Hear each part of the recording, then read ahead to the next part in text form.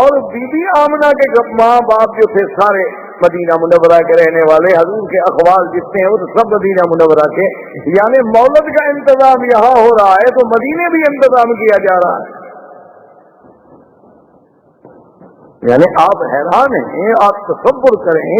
کہ بھئی یہاں مولد کا انتظام کی ولادت تو مکے میں ہوگی لیکن ہجرت تو مدینے ہونی ہے نا، تو والدہ کا خاندان جو ہے اس کا تعلق مدینے سے ہے۔ اور آپ دیکھیں کہ حضرت حسان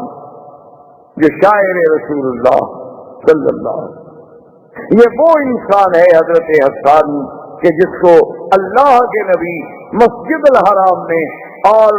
منبر پہ کھڑا کر کے کہتے تھے کہ حسان تم کافروں کو جواب دو۔ جب وہ کھڑے ہوتے جواب دینے کے لیے تو حضور دعا فرماتے کہ اللہم ایدہ بروح القدس، کہ یا اللہ جبریل کے ذریعے حسان کے دل میں مضامین ڈال۔ یہ وہ شان والا آدمی، وہ کہتے ہیں کہ میری عمر 7 سال تھی، اسی لیے وہ 7 سال جو ہے عمر کے اعتبار سے حضور صلی اللہ علیہ وسلم سے پہلے پیدا ہوئے۔ کہتے ہیں میری عمر 7 سال تھی، میں اس وقت مدینہ منورہ میں تھا کہ وہاں ایک بہت بڑا کاہن تھا، ایک بہت بڑا کافروں کا مانا ہوا کاہن تھا، تو وہ بڑے بے وقوفوں کی طرح اور پاگلوں کی طرح بھاگتا ہوا آیا اور کہنے لگا کہ لوگوں عجیب بات ہے کہ ولد نبی هذه الامہ، اس امت کا نبی آج پیدا ہو گیا۔ وہ کہتے ہیں اس وقت میری عمر 7 سال، اور اسی طرح بے عین ہی حضور صلی اللہ علیہ وسلم سرکار دو عالم حبیب کبریا صلی اللہ علیہ وسلم کی پیدائش سے اسی رات صبح کو ایک بہت بڑا کاہن تھا جو پہاڑوں میں تھا اور سال سے باہر نہیں آیا تھا۔ کیا دیکھتے ہیں مکے والے کہ وہ جناب اس کے بال بکھرے ہوئے ہیں، پریشان حال ہے، اور مکے کی گلیوں میں بھاگ رہا ہے دیوانوں کی طرح، اور پوچھتے حل ولدا المولود هذه الليلہ، مکے والوں آج رات کوئی بچہ پیدا ہوا ہے؟ تو ایک آدمی نے آگے بڑھ کے بتایا کہ ہاں عبداللہ ابن عبد المطلب کے گھر میں بچہ پیدا ہوا ہے۔ کہنے لگا دلونی علی بیتہ، مجھے اس کے گھر کا پتہ بتاؤ کہاں۔ جلدی سے مجھے لے چلو۔ وہ آیا بھاگتا ہوا دیوانوں کی طرح، عبد المطلب آگے کھڑے ہیں، وہ تو دیکھ کے حیران ہو گئے کہ یہ وہ بندہ ہے جو سالوں سے کبھی غار سے نہیں نکلا، یہ آج کیسے نکلا ہے؟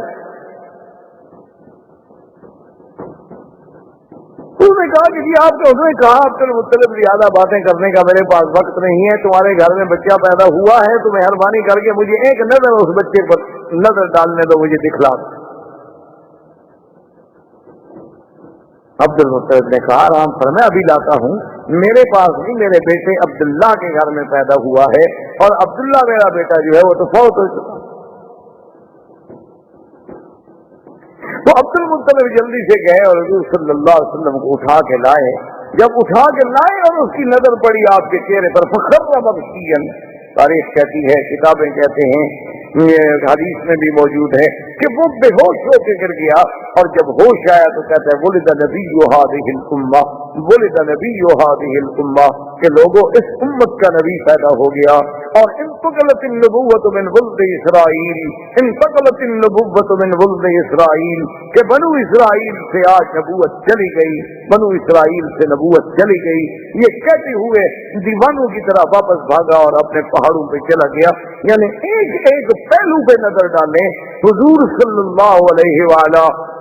وصحبہ وسلم تسلیما کثیرا کثیرا کی شان پہ نظر ڈالیں کہ آدمی کو حیرت ہوتی ہے کہ کس پہلو